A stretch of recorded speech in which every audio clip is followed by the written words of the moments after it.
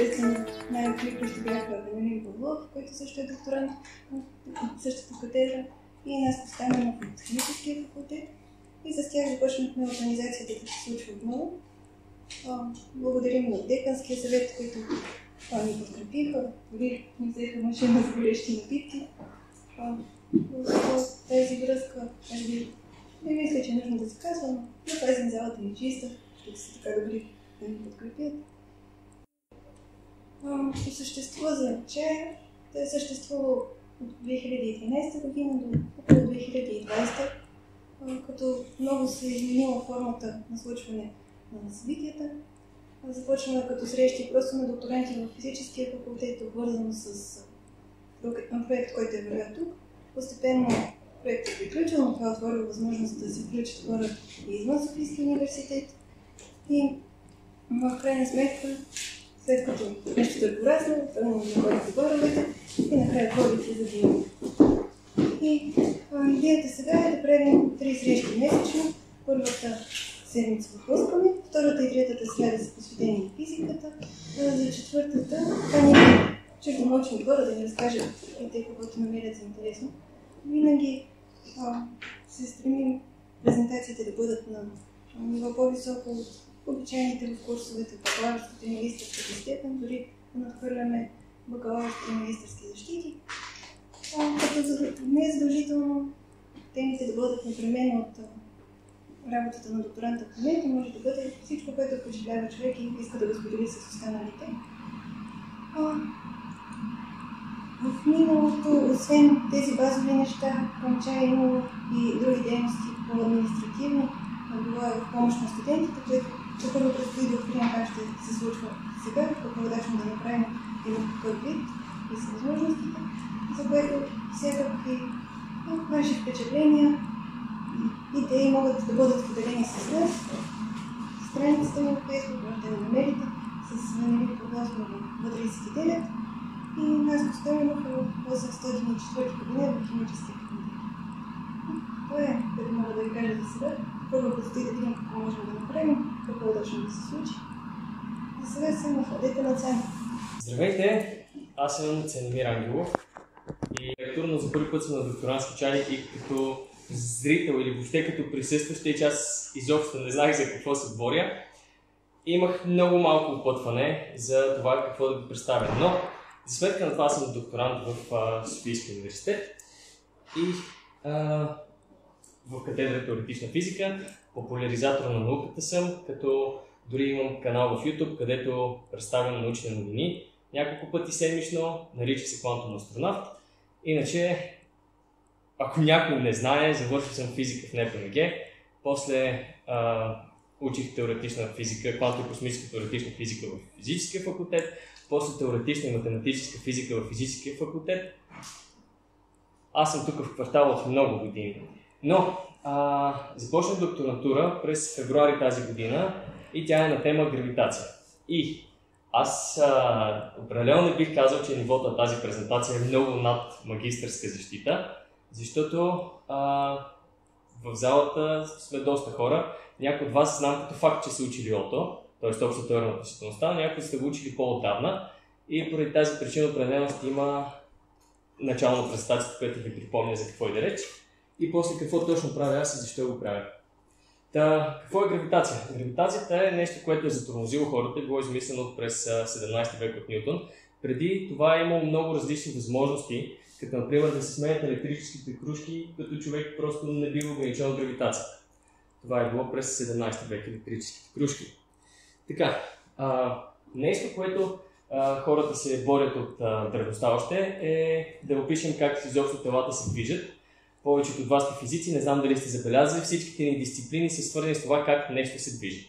То е или някаква механика, или някаква динамика, или някаква относителност при движение. Почти всичко, с което ние се занимаваме, е движение. И хората постепенно се стигнали до класическата механика, което за тези, които не се досещат, имам при еферално немпла.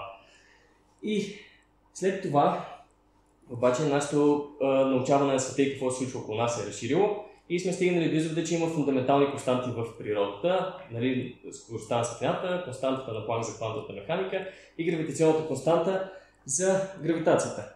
Съответно, нашето познание се разширило и още отново от Нютон и 17 век той е описал гравитационни взаимодействия между тела, които не са с голяма маса и са на голямо разстояние едно от друго, което са почти всички случаи, например Земята и Луната.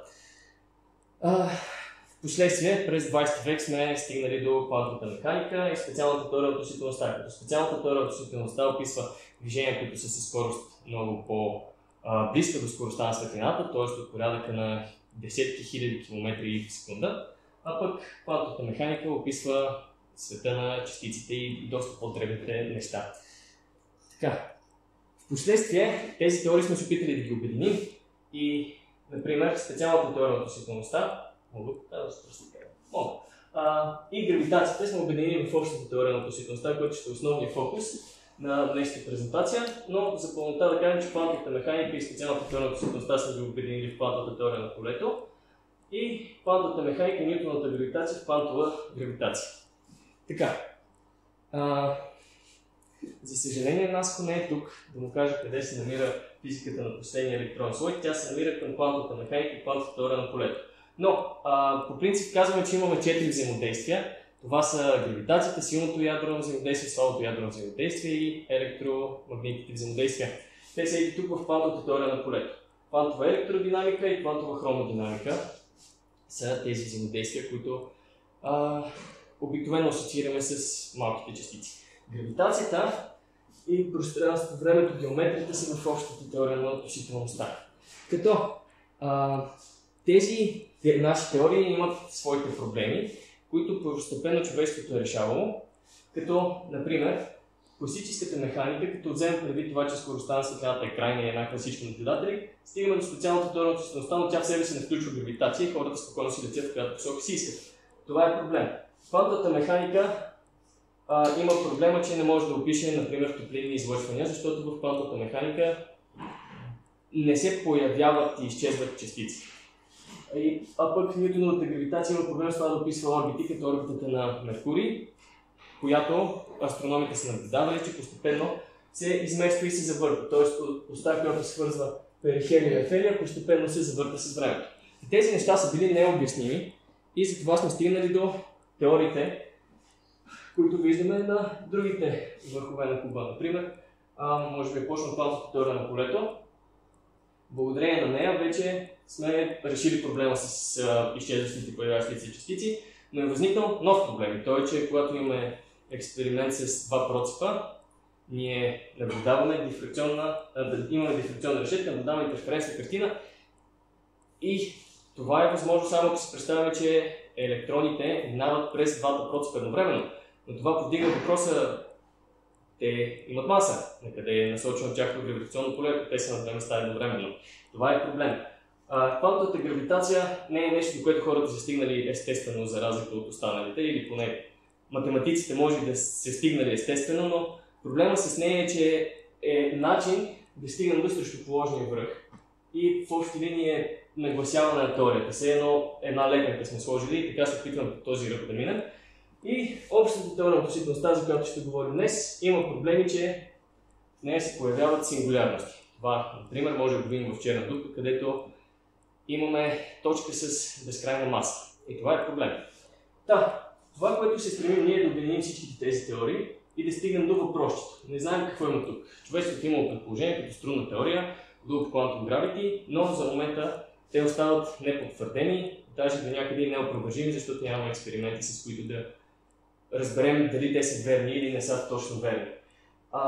Това, което е фокуса на днешната презентация от теория на относителността, аз се намирам тук, позволих си да използвам снимката, която беше подготвена от обложката и моята цел е да стигнем до въпросчето. Как да обединим всичките тези теории в една. И нарочно съм заградил едно малко зелено кръгче около този връх на куба, защото не сме направили някакъв невероятен напредък и се надяваме да постигнем такъв, но цялото това нещо е едно голямо приключение. В случай, че аз се справя идеално с моята докторантура и бъдеща работа като теоретичен физик, ще мръднем надясно по голямото приключение. Обаче, в случай, че това, с което аз се занимавам, в крайна сметка се окаже не физично, защото след малко ще видим доста различни обекти, които не сме срещали в природата, предполагаме, че съществуват като пространствено-времеви тунели, голи сингулярности, но не сме срещали. И ако не ги срещнем, това ще е просто едно упражнение по математика, което само по себе си е готино, приятно, интересно. Аз го правя с радост, обаче се надявам в бъдеще да видим физични потвърждения на нещата, които сега ще ви представя. Моята презентация всъщност завършва с това, какви очаквания може да имаме. Така, какво е общата теория? Това, с което искам да започна много набързо е какво е кривина. Абсолютно всички знаете какво е вектор. Векторът, примерно А е стрелкичка с посока. Само взеки това, което ще направим е, че вместо да имаме компонента 1 по X, 2 по Y, ще ги наричаме дясна и горна. Просто защо има букви. Това е често задавам въпрос. Защото така си номерираме координатните оси в общи линии. За да разберем дали има кривина в дадено пространство, начинът, който сме харесали и се утвърдил през годините като работещ в многомерни пространства. В двумерни пространства има и друг начин, но ние живеем в 4-измерно пространство, е да разходим един вектор по затворен контур. Примерно тръгваме от тази позиция и го пренасяме паралелно по контура, стигайки отново до началното място и го сравняваме. Тоест това е дясно горе, ляво долу и това не променя вектора. Не знам дали забелязвате, това е плосък екран. И че не се очаква да го променим. Може да пробваме в другата посока. Горе, дясно, долу, ляво. Т.е. да въртите си в другата посока и да ги сравним. Така, в случая разликата между двете е 0. И ако си представим за момент, че гледаме само началните букви, дясно горе, минус горе, дясно е 0. Така се получават буквите. Те са приложени върху вектора, който казваме, че ще има по една буква, Б като буква. И така имаме тензор с 3 индекса. Защо го казвам това? Първо, защото знам, че някои сте карали курса по тензори и това е останало някога в миналото за вас, защото сте се насочили в други насоки, но тензорите не са нещо страшно и теорията не е нещо страшно. Всичките тези букви в общи линии означават направления по различни посоки от нашата координатна система. Ето пример за пространство, в което имаме кривина. Това е сфера. Може да си представяте Земята. При нея може да съобразим, че има кривина, защото можем да изминем, например, по 1 км в 3 посоки, перпендикулярни една на друга и да се върнем в началото, откъде сме тръгнали. Например, в Северния полюс правим 1 км на юг, един на запад и един на север и сме се върнали в първоначалното място. Това само по себе си не е проблем. Ние при малко плоското пространство можеше да начертаем триъгълник като затворен контур, обаче ако си представим, че човек се движи тук и сочи с ръката си напред, той ще направи крачка напред, наляво, назад и ще се е завъртял, защото се движи по повърхността на тази сфера. Тъй, че когато пренасяме паралелно вектор върху такава затворена крива, той не е равен с този в началото. Така. Това го описваме с тензор на Риман. Като тук може да видите, че имаме сигма ню на делтите, надлите и после имаме ню сигма. Това е защото просто веднъж въртим надясно нагоре, другия път нагоре и надясно. Това е смисъла на кривината. Това е тензора на Риман. Той действа върху вектор, затова тук се получава още една буква, че да могат двете да се сумират. Навсякъде, където има две еднакви букви, приема, че има сумиране. Но това може би не е най-важният детайл в случая.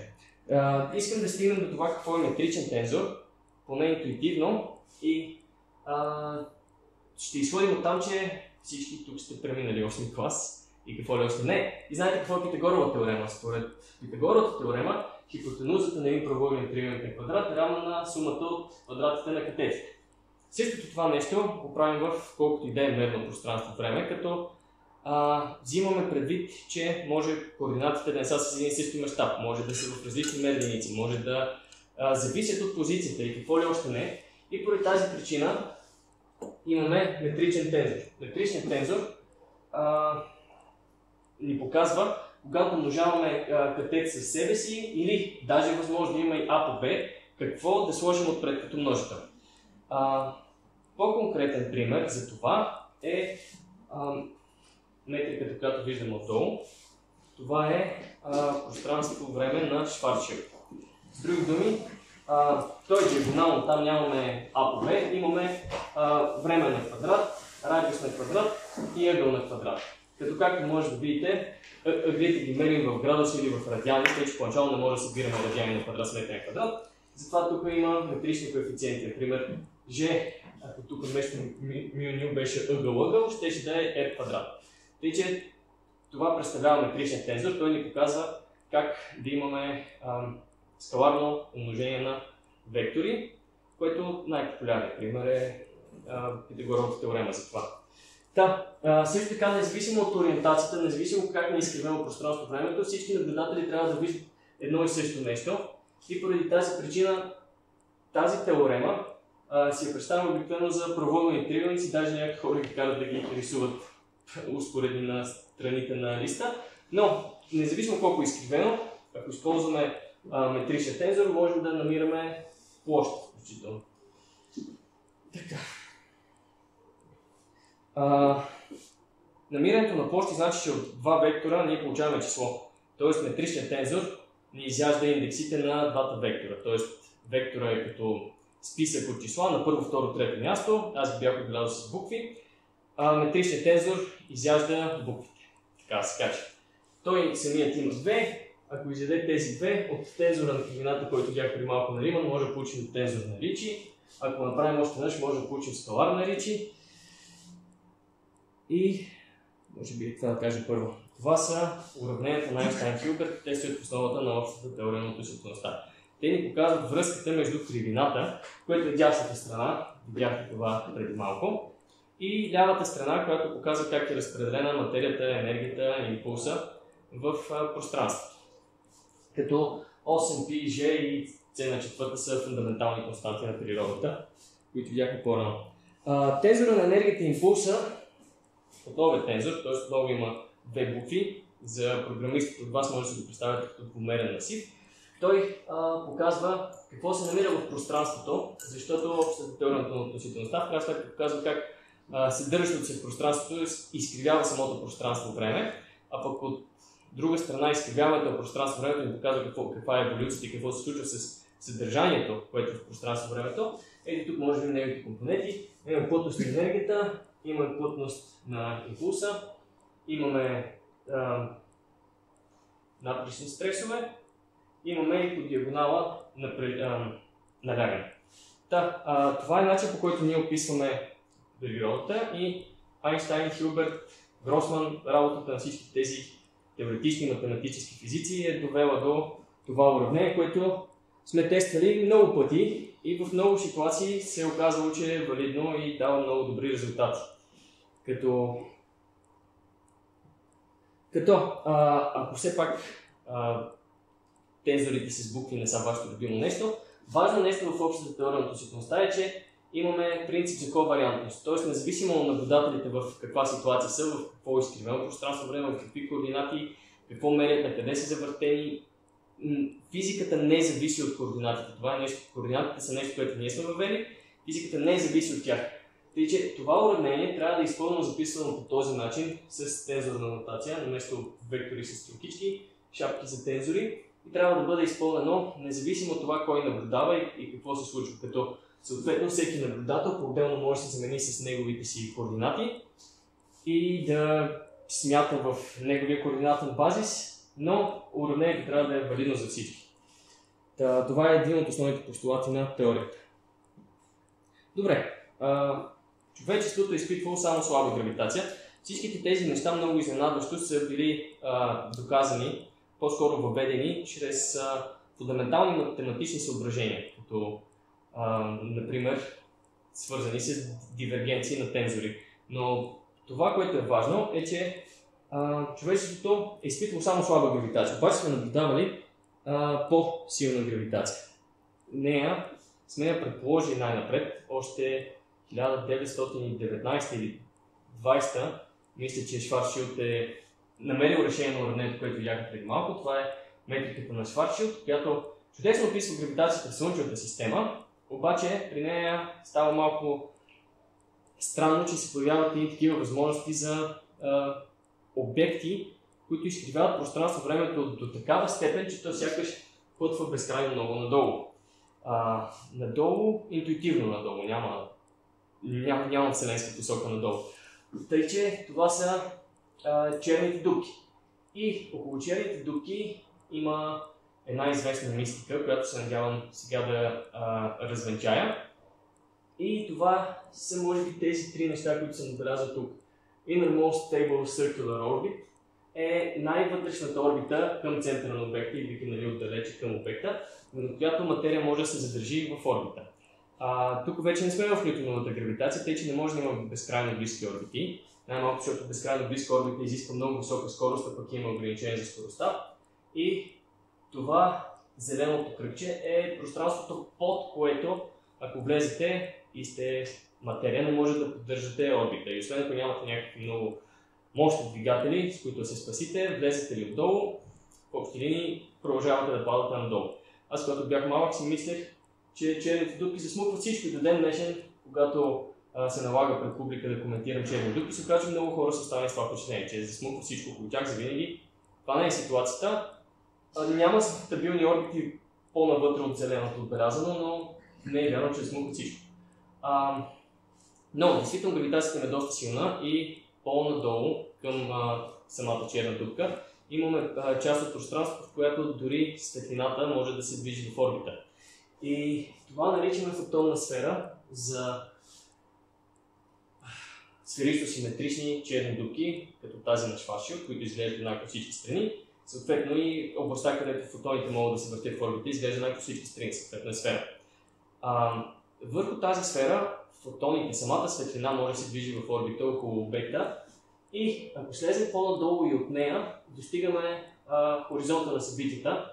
Той е една граница, под която и над която Вселената сякаш е разделена на две части. И ако нещо падне под нея, то не може повече да я напусне. Така. Имам съм зумно да снимам. Предвидлив съм бил. Така. Ефектите от силните гравитационни полета не сме ги изпитвали на своя глава, но сме ги виждали. Това, което виждате, са изображения на компактните обекти в центъра на галактиката М87 и в центъра на нашата галактика. Като това, което виждаме на изображенията, е един пръстен от светлина, който даже не е от равномерна светлина, но и светъл пръстен и тъмна част в средата. Така, как са получени тези снимки? В действителност никой не ги е видял, никой не е ходил достатъчно близо, за да ги види и ние нямаме достатъчно мощни телескопи, които просто така да ги наблюдават. Начинът, по който са получени те, е чрез използване на много телескопи, доста подобно на очилата с дупки, каквито предполагам повечето от вас са виждали. Стига очилата да са достатъчно близо до вашето лице, така че да не може да фокусирате самите дупки, вие може да виждате сравнително добре дори през такива очила. Обаче възникват проблеми. И проблемите са, че ние нямаме толкова много телескопи на разположение, колко са дупките на изображението на тези очила. Имаме по-малко телескопи на разположение. Това са телескопите по планетата Земя, които се използват за създаването на тези изображения. И по-скоро това е броя на дупките. Към края на презентацията ще кажа как това може да се подобри. Но ситуацията е такава, че снимаме много далечни, много малки обекти, изключително малки обекти, от порядъка на 50 микродъгови секунди. И поради тази причина ни е нужен огромен телескоп. Вариантът да ползваме огромен телескоп е да ползваме цялата планета като телескоп. По-точно, все едно червените кръгчета са дупките в очилата и ние през тях се опитваме да съберем светлина и да фокусираме изображението. Това е много добра идея, брилянтна идея. От 5 години вече се публикуват изображения с тази международна колаборация, която се нарича Event Horizon Telescope. И се надяваме, че тя евентуално може да бъде разширена. Но това е причината изображенията да са толкова размазани, така да се каже. И сега обаче стигам до друго нещо, което е популярна заблуда. Какво са тези черни петна на снимките? И много често хората си мислят, че това е хоризонта на събитията. А пък това наистина не е. Защото хоризонтът на събитията е мястото, откъдето вече нищо не може да напусне пространството. Щом е тъмно, не значи, че нищо не може да излезе оттам, значи, че светлина оттам не идва към нас. Така, и човек би си казал, тогава това е фотонната сфера. Нали? Фотоните можеха да се въртят по нея безкрайно много пъти, да се въртят в орбити. Под нея вече и те не могат да се въртят в орбити. Значи това сигурно е фотонната сфера. И това ни решава проблема. Обаче, понеже говорим за общата теория на относителността и пространство-времето, особено около компактни обекти, изключително изкривено, това също не е вярно. Това не е частта на фотонната сфера, обърната към нас, това е цялата фотонна сфера. Причината е, че светлината е толкова изкривена, че ако това по средата е частта обърната към нас, това отстрани е гърба на фотонната сфера. Така, сега ще ви покажа защо. Така.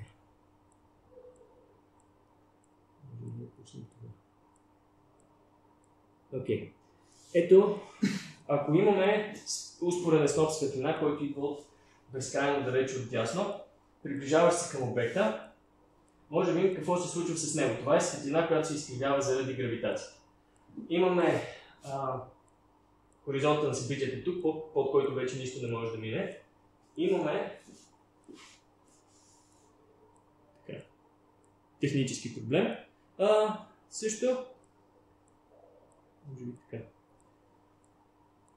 И виждаме, че светлината се изкривява. Това, което ние наблюдаваме, дори не е фотонната сфера, не е тази част, която е към нас. Сянката е по-широка от това, защото фотоните, дори които идват от задната страна, биха могли да стигнат до нашите очи. Тоест,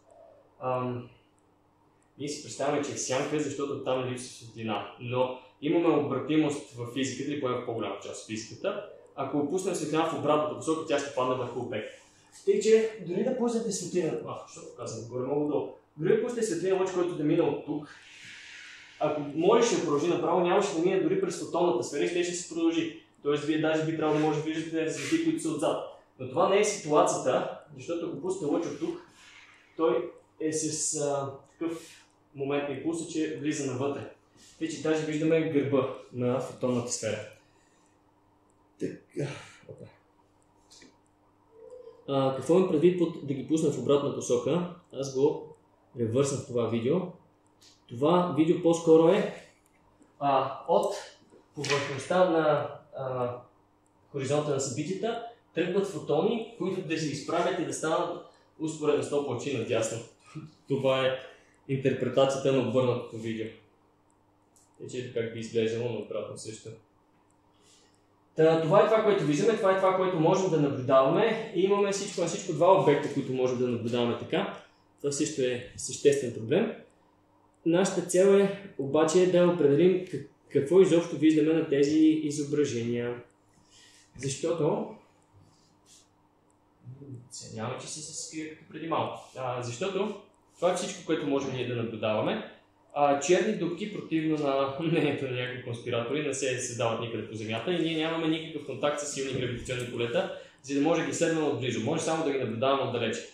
Наблюдавайки ги отдалече, ние можем само да гадаем какво се случва в близкото пространство около тях и от това може да изведем всъщност изненадващо много информация.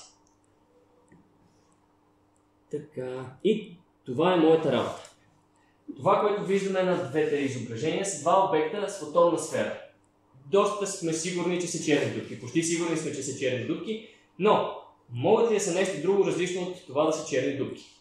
И ако са нещо различно от черни дупки, могат ли да ни донесат допълнителна информация за това каква всъщност е правилната теория за гравитацията? Защото общата теория на относителността, която има сингулярности и не се свързва добре с квантовата теория на полето, не очакваме да е финалната теория за гравитацията. За да изследваме, за да разберем какво сме сбъркали или какво може да подобрим, ни трябва много силни гравитационни полета. И такива силни гравитационни полета има около обектите, които виждате на екрана. Черни дупки, голи сингулярности и тунели. Като моята работа като докторант до момента основно се занимава с тунели, пространствено-времеви тунели. Така. Защо не можем отдалече да кажем кой от тези обекти е правилният? Защото ние се намираме в ето тази част на пространство-времето, която вече е почти изравнена. И както виждате, надалече по периферията и трите обекта изглеждат еднакво. Вариант да разберем кой от обектите гледаме е да приложим някакви хитрости, много хитрости, за да отгаднем точно по формата на сянката какъв е този предмет, какъв обект е, който гледаме и от него съответно да видим кои наши предположения от физиката до момента са правилни и кои не са.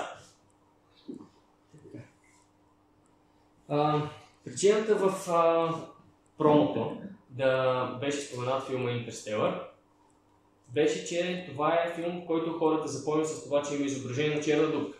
Целият филм се върти около това, че хората всъщност отиват до черна дупка, но там е представен и пространствено-времеви тунел, което представлява много голям интерес за мен като докторант, защото може да има сянка. Това е изображение, което показва, аз разбирам от кинематографска и сценаристка гледна точка, защо е представен така. Тук имаме тъмно небе и върху него виждаме дупка в пространството. Дупката в пространството не изглежда като сифоните на предишната картинка, защото тя е дупка във всяко едно направление. В тризмерно пространство би изглеждало като кълбо. Така, и понеже те отиват с надежда през него на друго място, се вижда, че от другата страна има много обекти, а пък от нашата страна на пространството, освен Сатурн, който е извън кадър, няма друго. Това, което по-скоро трябва да си представяме, когато аз ви говоря за пространствено-времеви тунели, ето това. Имаме много обекти в нашето небе. Имаме и един тунел, през който може да идва светлина от друга част на Вселената или друга Вселена, или не съм минал през такъв тунел за момента, не знам, ако мина, пак ще има докторантска част, ще ви разкажа, но не знаем какво би могло да има зад него. Ако има източници на светлина, тяхната светлина би била изкривена и би била в центъра, но далеч не би заемала цялата повърхност на сянката. Тъй, че отново имаме обект със сянка, който изкривява изображенията на фоновите звезди и мъглевини зад него и изглежда по доста подобен начин на черните дупки, които сме наблюдавали. Така. Нещо друго, което е специфично, е, че очакваме около тези обекти да има привличане на материята и поради тази причина би имало плазма. Защо би имало плазма? Защото когато материята пада навътре, нейната, най-просто казвам, нейната потенциална енергия преминава в кинетична, тя се загрява и в един момент се преобразува в плазма, което е свръхнагорещен ионизиран газ. И той може да се върти в акреционен диск около черната дупка от една страна, но от друга страна той пречупва светлината, която минава през него. Пречупване може да си го представяте буквално от лески, само дето в случая имаме среда, която е плазмена и променя пътя на лъчите. Как обаче бихме могли да различим различни обекти спрямо техните сенки? Това е въпрос, който изисква да имаме късмет за специфична ситуация. Когато се правят експерименти, може да влияем на експерименталната постановка. Когато се правят астрономически наблюдения, може да разчитаме на късмета за това какво ще наблюдаваме, защото нито може да въртим обектите, да видим дали сме в тяхната екваториална равнина, което е горе-долу дадено в това изображение тук, нито можем да се въртим ние особено много. Аз от нашата галактика поне не съм излизал. Поради тази причина се оказва, че ако един обект е сферично симетричен, т.е.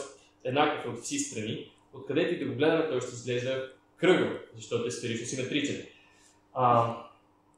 С други думи, ние не бихме могли да различаваме различни сферично симетрични обекти.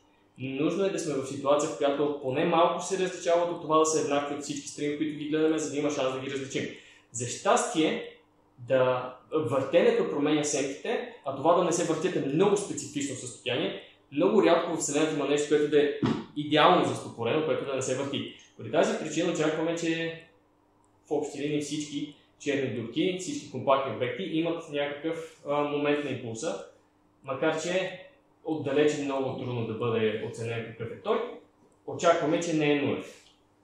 Така, това, което е вляво, е видео, което ще се опитам сега да покажа. Така не, гифче. Да видим. Ето. Така. Това е черна дупка, която не се върти. Тук отдолу се показва кое е максималното въртене между 0 и 1. това е колкото по-бързо се върти, толкова повече се променя нейната сянка. Както виждате, освен че сянката се измества надясно, тя придобива и характерни свойства. Като например характерна форма. За най-прости въртящи се дупки на кер, ето тук от тази страна стават буквално прави. Това е права линия върху изображението, видяно от наблюдателя. Тъй, че ние тези, които не се въртят, няма шанс да ги различаваме, защото те винаги са кръгли.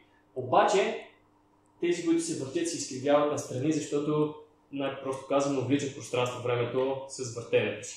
Поради тази причина, така да се каже, засилват фотоните, които идват отзад от тази страна и те могат да излетят извън пространство около черната дупка много по-ниско, отколкото от тук.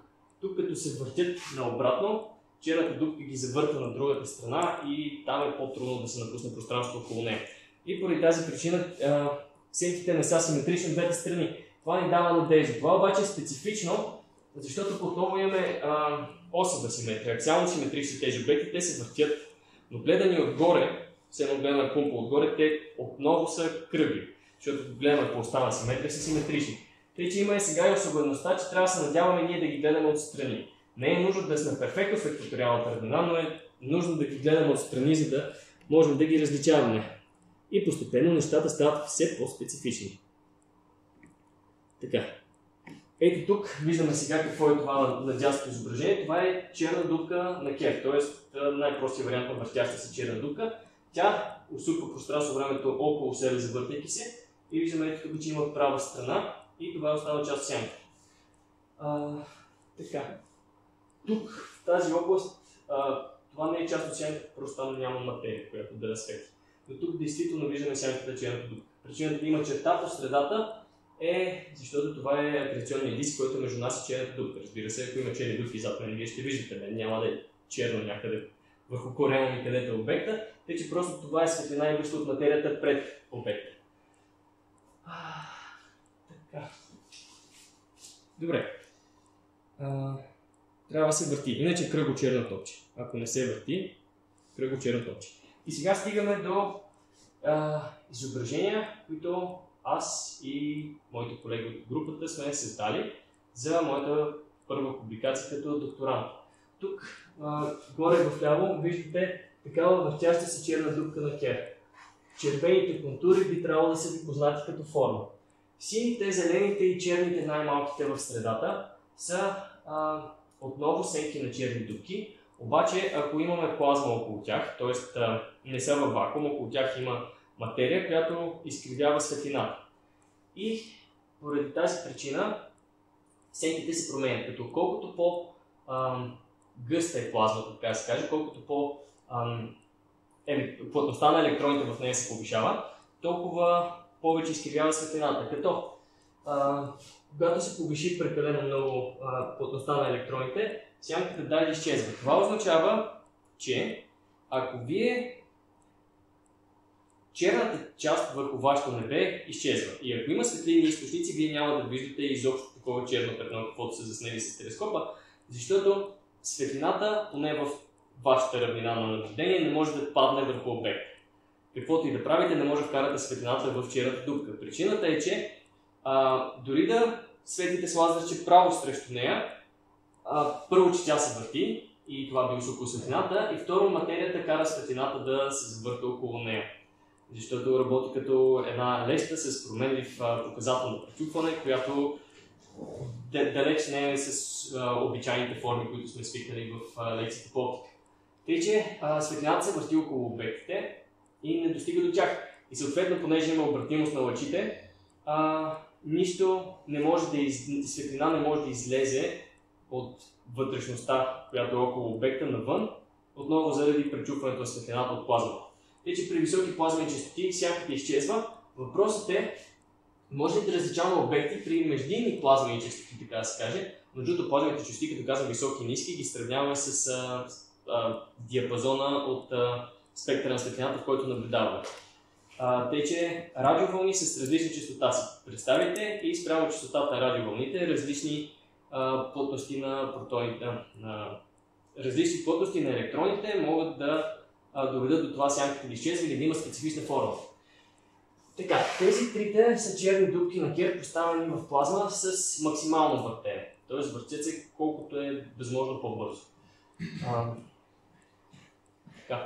Другите обекти, които виждаме, са пространствено-времеви тунели с различни метрики. Сега разбирате защо ви ги показват тези тензори в началото, за да може да кажа тук какво виждаме отдолу.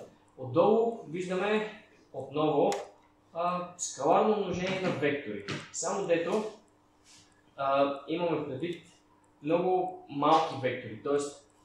когато гледаме приближавайки се към обекта, в много малка част от пространството какво се случва. И отново имаме различните катети, така да се каже, на квадрата, ако се представя правоъгълен триъгълник. И съответните числа или функции, с които те трябва да са умножени, идващи от метричния тензор, който беше в началото. Така, тази метрика всъщност е доста обща. Тя включва в себе си всевъзможните варианти за пространствено-времеви тунел, който се върти. Защо се върти? Защото много нереалистично е нещо в Вселената, както казахме, да е идеално застопорено. И тя е била разширена до това си състояние от Тела. Тя е решение на уравнението на Хилберт и Айнщайн, които видяхме по-рано. Но по-интересно е, че без частта с въртенето, т.е. в случая, в който омега, неговата частота е равна 0, тя е въведена от Морис и Торн. А пък Кип Торн е бил главният научен съветник за филма Интерстелър. Това е причината аз да си позволявам да говоря за филми и да показвам изображения на филми, защото те са правени със съдействие на теоретичен физик, който е свръхексперт в областта. И като изключим двете изображения, които сме снимали с Event Horizon телескопа, изображенията, които виждаме във филма Интерстелър, са максимално реалистичен връх на общата теория на относителността, за който човечеството знае, за това как изглеждат черните дупки. Пускани са научни публикации вследствие на това какво се получило, когато са направили филма. Те са изключително легитимни са. Това са три различни тунела, които съответно в себе си съдържат различни метрики. По-конкретно K, N и B са различни за трите тунела, но това са три пространствено-времеви тунела, които свързват две части от две пространства. И също така, друго важно тяхно свойство е, че може евентуално пътешественик да мине през тях. Има други пространствено-времеви тунели, които се сриват, когато някой се опитва да мине през тях. Тъй наречените мостове на Айнщайн-Розен, за които може би сте чували, са пример за такива. Тези са специално предвидени да може да се минава през тях. Причината още да не сме решили проблемите на БДЖ чрез пространствено-времеви тунели, защото в тензора на енергията и импулса се налага да има отрицателна маса, отрицателно налягане. Това е нещо, което човечеството не е усвоило. Но сме в реално състезание сме с БДЖ, кой пръв ще оправи проблема. Ние с тензора на енергията и импулса или те с локомотивите. Така. Забравих да спомена какви са отношенията отгоре. Трябва обекта се върти, трябва да е в плазмана среда, трябва да го гледаме отстрани, за да може изобщо да разберем каква би била формата на сянката. Спецификите на тези сенки, които може да видим тук, ето примерно този пространствено-времеви тунел, той не става равен от ляво като черните дупки, той става остър. Този пък действително става равен, но честотата, при която изчезват сенките, са различни. Тъй, че бихме могли да различим черна дупка на Кер от пространствено-времеви тунел, сравнявайки стойностите, стига да ги получим по други наблюдателни начини. И така да разберем какъв точно обект гледаме ние.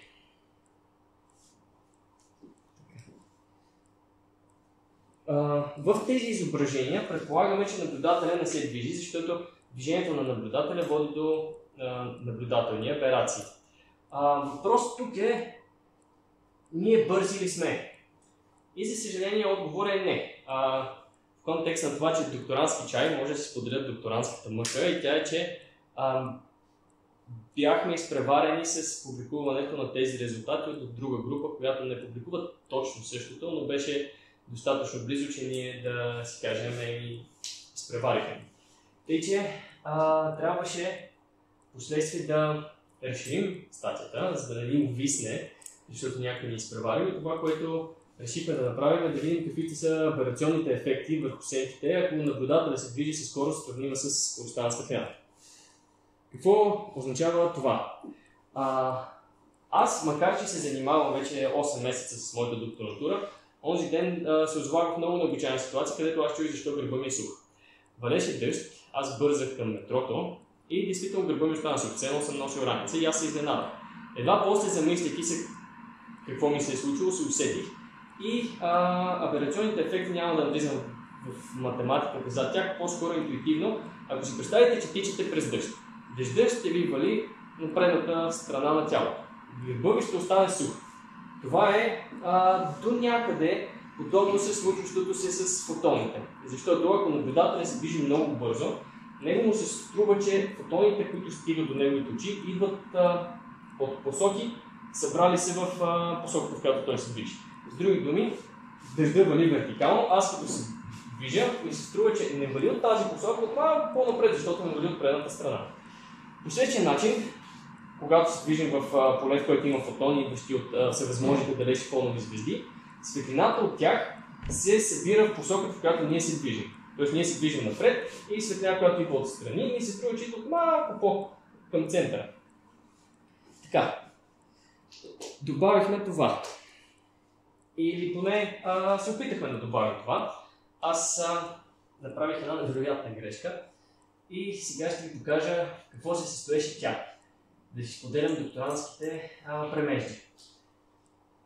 Този ъгъл, който се приближава към центъра, е бил пресметнат от Пенроуз. И Пенроуз е изчислил колко ще се промени този ъгъл. За тези от вас, които са били на Олимпиада по астрономия, може би сте забелязали, че опътването за Олимпиада по астрономия започва с една невероятна графа, която е сферична тригонометрия. Тоест тригонометрични формули и изследване на триъгълници, които са върху сфера. Има синусови, косинусови теореми, те са първоначално доста объркващи, но аз преминах през огромни усилия, за да мога да пресметна кой ъгъл как се отклонява, отнеми няколко седмици, за да получа изображенията, които виждаме отгоре. И какво виждаме отгоре всъщност? Ако наблюдателя се движи надясно с 90% скоростта на светлината, обекта, нали, се тича много бързо, обектът му се струва, че е в посока, в която тича, се премества. Свива се, защото ако всички обекти се свият по-малко пространство, те ще се свият и се премества в тази посока. 30% скоростта на светлината, в другата посока, т.е. ако се движи назад, така не, надо да тича назад, ако се движи в тази посока, 30%, имаме известна симетрия, преместват се наляво. Само дето в тази посока, понеже стигаме от плоската страна на сенките, те не се преместват точно по същия начин, има си своите разлики, също така обектите не се въртят симетрично в една и съща посока, те на всяко изображение се въртят по този начин, само дето на посоката на наблюдателя спрямо тях не е симетрично спрямо въртенето и навсякъде. Да уплътних си няколко седмици в живота да го сметна това и то беше грешно. Беше доста грешно. Долните изображения са правилните, тъй че може да видите колко далече съм бил. Трябва да си признаем малко успех и това е, че червените контури са правилни. Червените контури горе-долу съвпадат. Това е абсолютно вярно. Припомням, че червените контури бяха в вакуум. Няма плазма. Пенроуз не се е сетил, че той може да се е сетил, но да не се е занимавал с това, това беше моя работа, че хубаво се променя ъгъл, в който наблюдаваме светлината, обаче също така, казвайте стоп, ако сме прекрочили времето. Иначе, така, той се е сетил, че светлината се отклонява. Това, което не е добавил, защото не е знал аз за какво ще ползвам формулата, е това, че той като се движи през плазмата, самата плазма изпитва ефекти от специалната теория на относителността. И понеже, както може би сте чували или виждали или смятали дори, когато се движим, разстоянията имат тенденцията да се свиват или да се разширяват, нали, зависи как се движим спрямо тях. Времето се променя, което променя честоти, променя плътности и всичко това трябва да се вземе предвид в плътността на разпределението на електроните. Това е нещо, което формулата на Пенроуз не взема предвид. Тъй, че във вакуум се впадат. В плазма не съвпадат и съм бил много далече до такава степен, че ето тук даже контурите се наслагват едни върху други. Тоест тази най-лявата точка би била част от сянката на черна дупка, независимо колко е плътна плазма. Това е един известен проблем с моите сметки. Те откъде дойдоха? Това е част от кода ми, в който червеното е наклонна черта за деление, която аз бях изпуснал. И ми отне няколко седмици аз да смятам по друг начин, да намеря грешката, да си кажа ужас, след това да се върна, си гледам кода още няколко дни и да намеря липсващата наклонна черта. След като намерих липсващата наклонна черта, в трансформацията, която бях забравил да сложа, вече можа да получи и долните сенки, които са правилни. Така действително бих изглеждали обектите с аберационни ефекти и в плазма. Така. Разбира се, това е гледано от екватора. Така. Сега, какво виждаме тези изображения? Добавил съм ги, защото се получиха доста интересни. Те са, че ако обектът е отстрани и ни вали отстрани, прямо вали ни отгоре, ние се движим към него, струва ни се, че се приближава в посоката, в която се движи. А какво се случва, ако обектът вече е в посоката, в която се движи? Това е много по-реалистичен и кошмарен случай, ако падате към черна дупка. Какво би се случило? Понеже се движите много бързо към нея, всъщност докато падате, отново всичките лъчи ви се струва, че се събират в посоката, в която падат. И тя всъщност изглежда по-малка. Това тук е ситуацията, не е към черна дупка, към пространство върви тунел, но логиката е същата. Всъщност, ако падате към обектите, те изглеждат по-малки. Ако се отдалечавате от обектите, т.е. те са зад гърбави, всичките лъчи се събират отново в посоката, в която вие гледате. Ама това значи, че като хванете контура на сянката и го преместите напред, сянката зад гърба ви става много по-голяма. Това са неща, които аз идея си нямах преди да почна да се занимавам с тази статия за докторатурата ми. Какво си има предвид тук? Този контур показва половината небесна сфера, показва половината небе. Ако се отдалечавате от обекта, вие гледате към него и се отдалечавате, тук, както може би най-вляво, ако се отдалечавате достатъчно бързо, той може да вземе над половината от небето ви даже. Това беше много изненадващ резултат за мен. И надявам се да не ми се случва да съм близо до такъв обект, но вече знам как ще изглежда, ако съм близо. Така.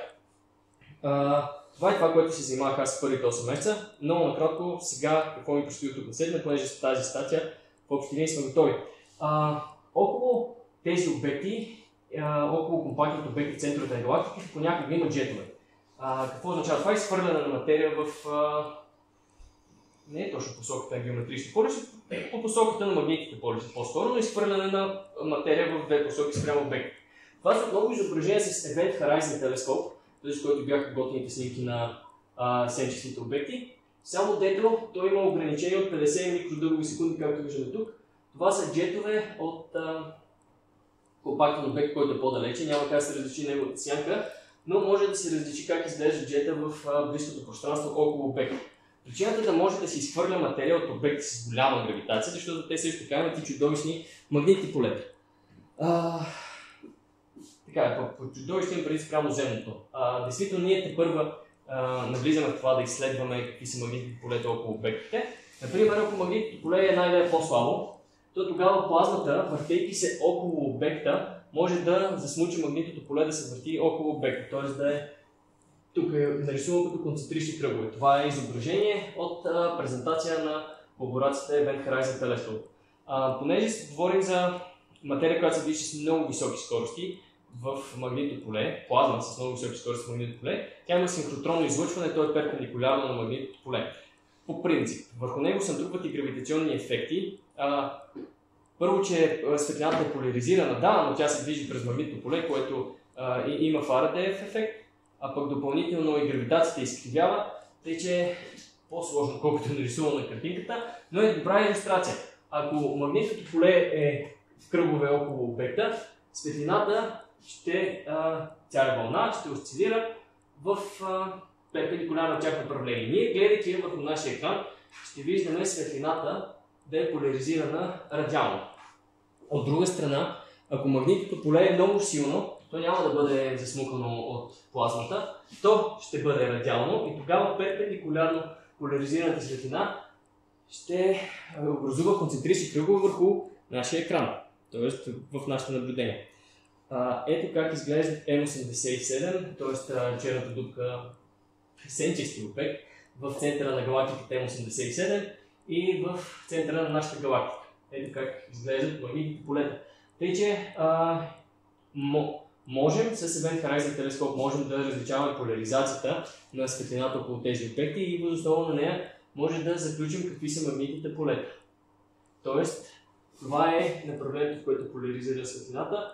Магнитното поле, върху него има насложи много ефекти, но в нулево приближение може да си представяме, че е перпендикулярно на поляризацията. Тъй, че може да следваме магнитните полета около тези обекти. Така. Това е нещо, което са правили хора в нашата група, още преди аз да ставам докторант. По-конкретно Валио Делийски преди 2 седмици даже защити докторатурата си, 2-3 седмици доктор. Това са два примера за това как би изглеждало магнитното поле, ако обекта не е черна дупка, а е пространствено времеви тунел, както видяхме по-рано.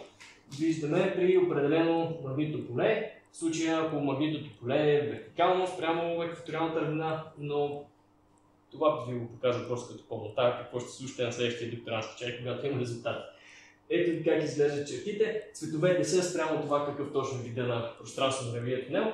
Ето тук има подобно направени за гола сингулярност, като може да сравняваме поляризации теоретично и в случай, че в бъдеще бъдат заснети обекти или бъде постигната по-висока разделителна способност. Бихме могли да различаваме тези обекти спрямо поляризацията, формата на сенките и като цяло това е идеята на моята докторатура. Така, бъдещи наблюдения.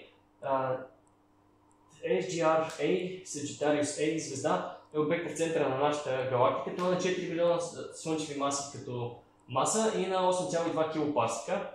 Килопарсиците са мереници за разстояние.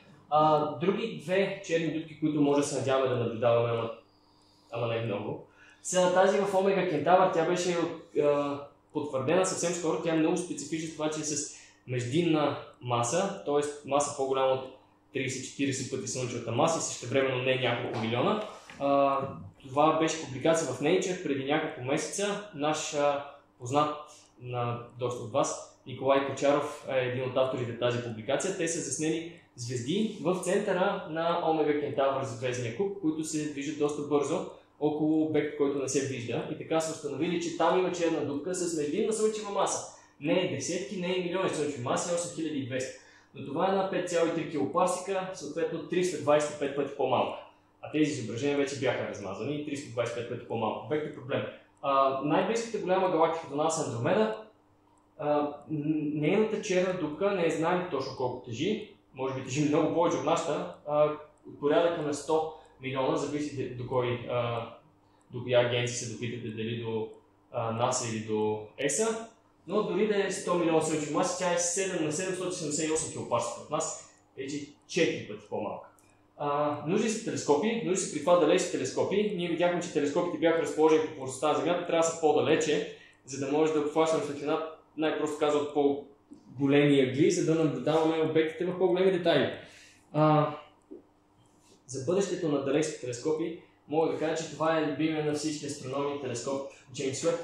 Той няма да бъде използван за това, защото има милиони други неща, за които да бъде използван и дори не може да си мечтаем, че като имат стотици, ако не и хиляди поръчки какво да наблюдава, в неговото ограничено време от 5-10 години работна фаза, изобщо ще се доредим да го използваме за такива цели. Обаче, това вдясно е сгънатия телескоп, как изглежда. Огромна част от парите, които са заделени за този телескоп, също са били заделени в тази лилавата част за системите. Сгъване, изстрелване, създаване на тези системи, използване на тези системи и така нататък. Той е изстрелян горе-долу 4 пъти по-далеч от Луната, тъй че разстоянието е идеално, но този конкретен телескоп не може да го ползваме. Той е скъп заради всевъзможните системи за сгъване, за да може да го изстреляме с ракета и да го разгънем на място. Той е към 7 метра в диаметър. Така, аз предупредих нас, той не е тук. Това всъщност е една скрита реклама на SpaceX. Ето това. Може да кажа, добре. Ето това е ракетата Ариана 5, с която този телескоп е бил стрелян. Тя има нос широк 5,4 метра, а телескоп е широк 7. Той няма как да не е бил сгънат в нея. Обаче, това поначало е скъпа ракета, която се изхвърля и изисква сгъване на телескопите, които слагаме в нея. В момента най-мощната ракета в света, която ще се запази с дълго време, е Starship ракетата на SpaceX, която е 9 метра широка. В 9 метра широка може да сложим 7 метров телескоп без да го сгъваме, което е много готино, защото може да го стреляме ефтино, да има повече и да се доредим с всички други планетарни изследвания на атмосфери и така нататък. Тук-там да снимаме някой компактен обект, да видим как изглежда всеките му.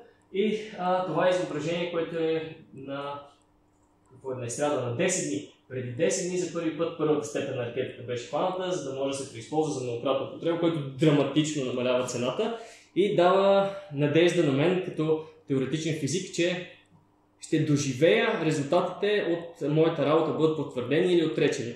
Това не е радост, която всеки теоретик да може да изпита. И с това ще завършим моята презентация. Благодаря за вниманието.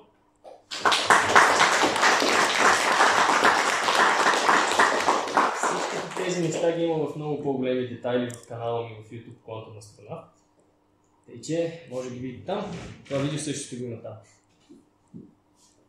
Сега ако има въпрос към Казвай. ми стана ясно с това деление грешката. Това беше всъщност нещо, което си променил, за да получиш различни. Да. Аз... Тоест ти каза, че има цял друг ефект, който е придвижването в плазма и така нататък. Това си сложите деление. Това не е някакъв невероятен пробив на моята работа като докторант. Методите, чрез които да може да се изследва аберацията около черни дупки, са описани в литературата. Това, което ние искахме да направим, е да ги преправим, така че да може да ги използваме около пространство-времеви тунели. И аз не можех да възпроизведа дори резултатите за черни дупки, защото ми липсваше една напълна черта.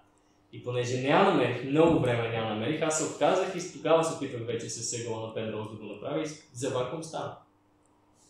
Да. Кажи. Имам два типа въпроса. Първите, можете ли ще на метриката на времето страстния тунел? Мисля, че има. Тук. Ето това. Значи, не е признам, как се представя нали много, като време пространство няма различно да се най-различно другата. Да. След в този случай не трябва да има сингулярност в центъра. Да.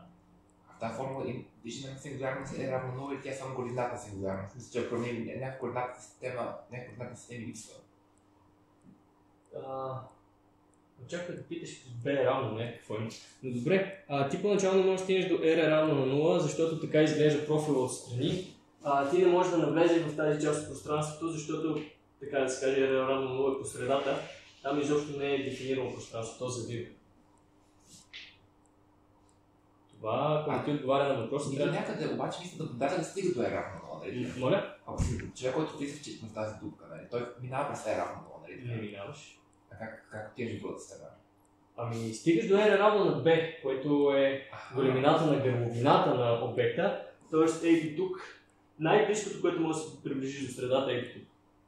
Тоест пак има сингулярна средата, не просто находим в нея. Добре, ние живеем в 4-измерно пространство време.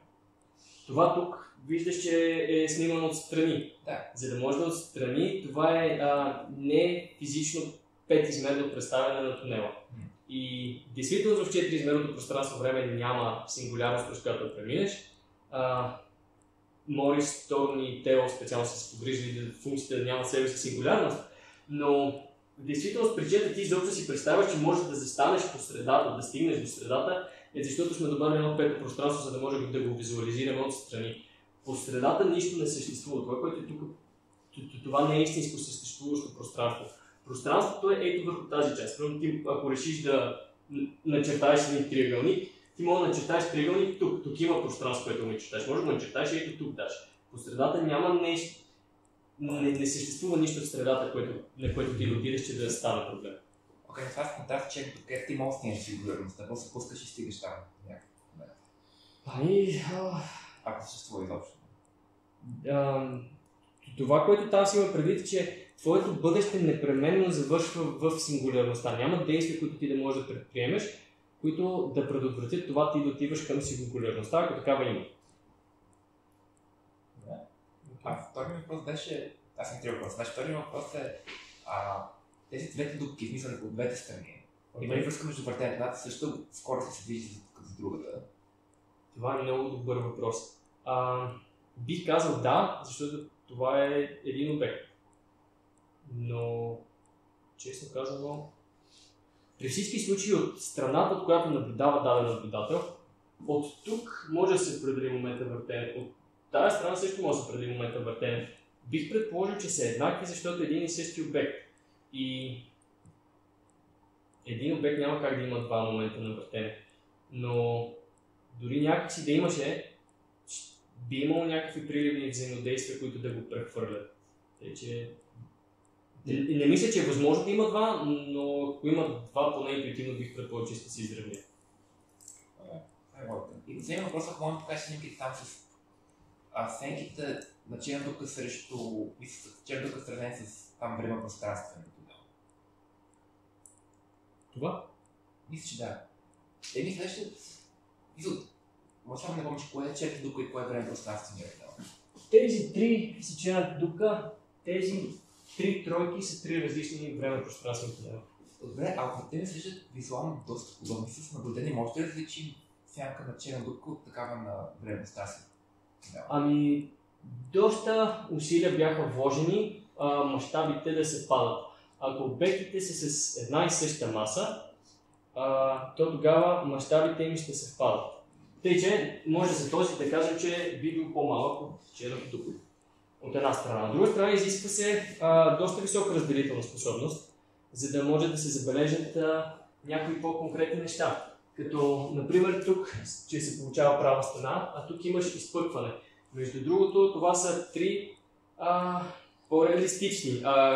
При някои пространствено-времеви тунели, които изискват повече предположения от нас поначало, затова не са включени, може дори тук да имаш вдлъбване, да се вдлъбват от тази страна.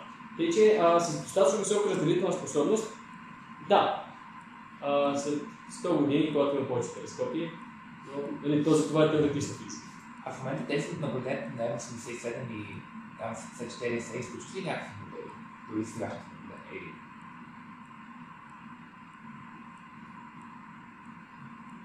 Не бих могъл да кажа. Това изисква аз да знам модел, който да не е бил верен преди 2019 и да е отречен. Нямам такова знание. Да? Ние всъщност като говорим за маса на черна дупка или друг обект с такъв тип, тя всъщност тази маса къде съществува? В смисъл, тя е маса вътре, нали, се казва, че има някаква сингулярност, тя масата нарича в сингулярността, но всъщност около дупката е, нали, смисъл как разбираме, че тя маса е вътре, след никаква информация не може да се масата, в случая не е най-подходящо да се представя масата като материя. Или дори като някаква конкретна енергия. Това, което е подходящо да използваме тук като определение за маса, идва от уравненията на Айнщайн-Хилберт. И това е, че ако имаме каквото и да било пространствено съдържимо, да го наречем, то ще води до изкривяване на пространство-времето. Ние от изкривяването на пространство-времето бихме могли да върнем назад и да пресметнем каква маса би трябвало да има този обект, за да може да изкривява пространство-времето по този начин. Това беше голямо премеждие, защото има повече от един начин, чрез кривината, да се сметне масата. Тези три обекта може да... Изображението, аз съм го правил, тъй че мога да ви кажа, че кривината е еднаква. В горната си част няма разлики. И понеже няма разлики, ние можем, наблюдавайки кривина, включително и от доста далече. Тоест, какво е привличането на звезди от черната дупка в центъра на нашата галактика. Тоест, ние можем от доста далече да мерим как се изкривява пространство-времето. Детайлите изискват да бъде затворен целият обект с сфера, да се интегрира върху сферата Има доста специфики, има даже повече един начин, по който да се направи, в зависимост от обекта, но отговорът е, че гледаме как изглежда кривината извън обекта и смятаме чрез нея каква трябва да е масата, че да е изкривила по такъв начин пространство-време. Какво има вътре под хоризонта на събитията, може само да гадаем. Не е добра идея да си представяме чай или бисквитки, които тежат. Това води до изкривяване надалече и ние мерим изкривяването надалече. Тоест, това е кривина еквивалент маса. Да. Човек учен. Какви са условията, за да са стабилните тунели? За да са стабилни тези тунели, е нужно да имаме доста екзотична материя, която да има отрицателна маса. Това е проблем.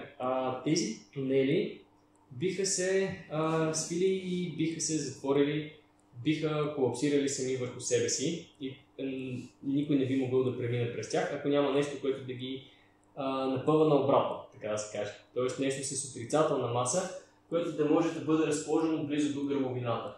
Всъщност един от успехите на Тео, който казах, че е обобщил метриката на Морис и Торм, че да може да включи в себе си тунели, които се въртят. Това, което той е направил, е, че е показал, че такава екзотична материя, ако съществува и може да я създадем, не е нужно да е на пътя на пътешественик. Тоест, тя може да бъде разположена в страни и той да мине през тунела без да се среща с нея. Да, това е условие за стабилност.